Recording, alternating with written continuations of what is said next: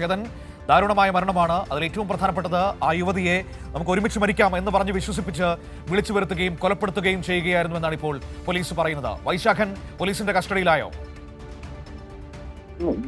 ഇപ്പോൾ എലത്തൂർ പോലീസിന്റെ കസ്റ്റഡിയിലാണ്. ഈ മാസം 24 ശനിയാഴ്ചയാണ് ഈ കേസിനാസ്പദമായ സംഭവം നടക്കുന്നത്. ഈ യുവതിയെ തൂങ്ങി മരിച്ച നിലയിൽ കണ്ടെത്തുകയായിരുന്നു. ഈ സംഭവത്തെ കുറിച്ച് പറയുകയാണെങ്കിൽ ഈ പ്രതിയും ഒപ്പം തന്നെ ചേവായൂർ സ്വദേശിയായ വൈശാഖനും ഈ മരിച്ച സ്ത്രീയുമായി ഏറെക്കാലം ബന്ധമുണ്ടായിരുന്നു. ഈ ബന്ധം വൈശാഖിന്റെ വീട്ടിൽ അറിയുമോ എന്ന ഭയം കാരണമാണ് വൈശാഖ് ഇത്തരത്തിലുള്ള ക്രൂര കൃത്യത്തിലേക്ക് ചെയ്യാൻ കാരണമെന്നാണ് പോലീസ് പ്രാഥമികമായും അറിയിച്ചത്. ഈ വൈശാഖിന് സ്വന്തമായി ഒരു ചെറുകിട വ്യവസായശാലയുണ്ട്.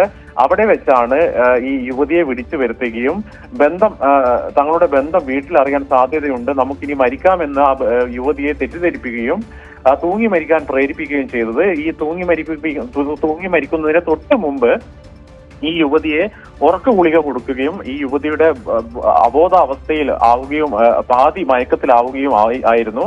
പിന്നീട് ഈ യുവതിയെ കൊണ്ട് നിർബന്ധിച്ച് കെട്ടിയ കയറിൽ തൂങ്ങാൻ ആവശ്യപ്പെടുകയും ഈ സ്റ്റൂൾ ഇയാൾ ചവിട്ടുകയും ചെയ്യുകയായിരുന്നു. തുടക്കത്തിൽ പ്രാഥമികമായും പോലീസ് ധരിച്ചത് ഇതൊരു ആത്മഹത്യ എന്നാണ്. എന്നാൽ ചില സംശയങ്ങളൊക്കെ എലത്തൂർ പോലീസിന് ഉണ്ടായിരുന്നു.